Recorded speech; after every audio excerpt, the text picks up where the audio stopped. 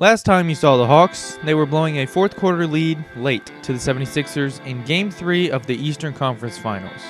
We now are down 2-1, and we probably should be, honestly. But let's go ahead and simcast Game 4, where it's actually not close at all pretty much the entire time. We lost the lead once or twice, but we ended up with a 10-point win, tying up the series. That is thanks to Trey having 31 points and 8 assists on 63% shooting to go with 4 steals. Reddish was good, Gallo was good, Bogey was good, all around some solid games. Unfortunately for the 76ers, Embiid was 5 for 12 and only scored 14 points, even if he did flirt with a 5x5. But let's go ahead and finish this series up. We will be finishing it in this video, no matter how many games it goes.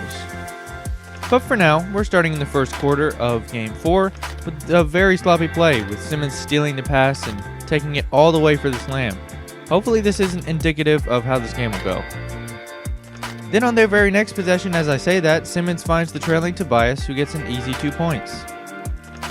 But we're finally able to get on the board with Trey coming around the screen and greening a 3, only down 1. But then we go on a little run and go up 9 on Philly, who literally was in danger of scoring single digits for a quarter.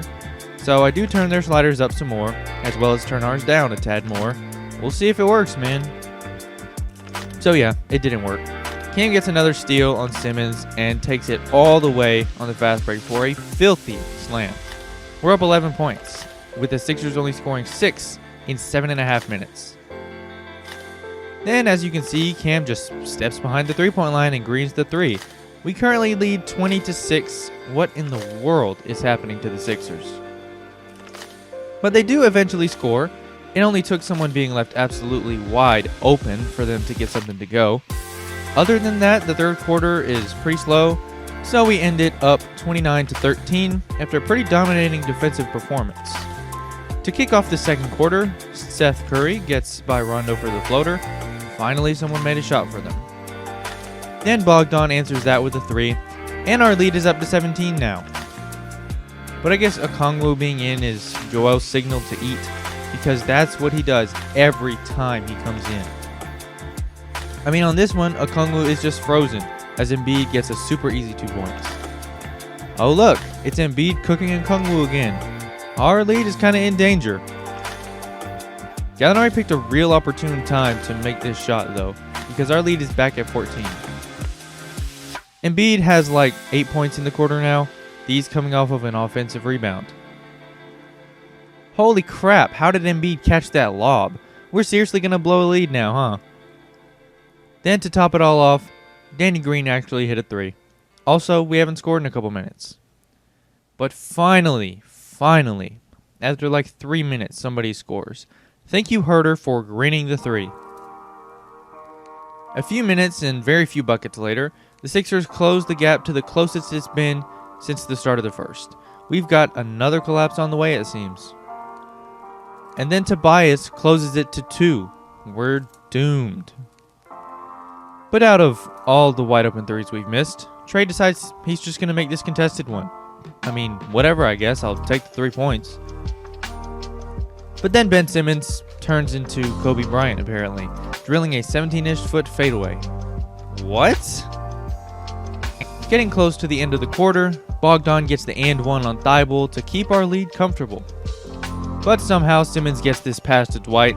That was a crazy difficult lob. But let's not forget that we're in Lob City 2.0 because Collins gets the reverse lob to go. So yeah, we're up 48-42 at the end of the half. The lead survives. Speaking of the lead survives, we're up 14 freaking points again. Tried to give the CPU more advantages even after adjusting them earlier, but the Sims Sixers are just trash, I guess. Cam avoids ending up on SportsCenter though, with Simmons missing the dunk. Not that it stops him from putting it back, but whatever. Good for Cam. Then John Collins just takes the points back with a shot that definitely should not have gone in. I don't know what I'm supposed to do. So after Shake Milton just waltzes through our defense to put the Sixers down 7, we end the third up 80-73. On to the fourth quarter. The fourth quarter starts off with Trey getting his 23rd point over Seth Curry. Impressive, right? Then Simmons pays way too much attention to Trey, letting him get his 7th assist to Herter, who greens the 3. We get to see Herter again on the very next possession too, this time from mid-range. Seth Curry actually hits one of his only 3s in the series so far. At least he gets one. He hasn't been nearly as good as I thought he'd be. But on the other end, he can't do much. He's got a Kongwu putting the moves on him for the bucket. Thibault cuts the lead to single digits again with a 3. We'll see if they're for real this time. Trey puts it back at 10 with a clean little crossover in the post and gets the layup to go.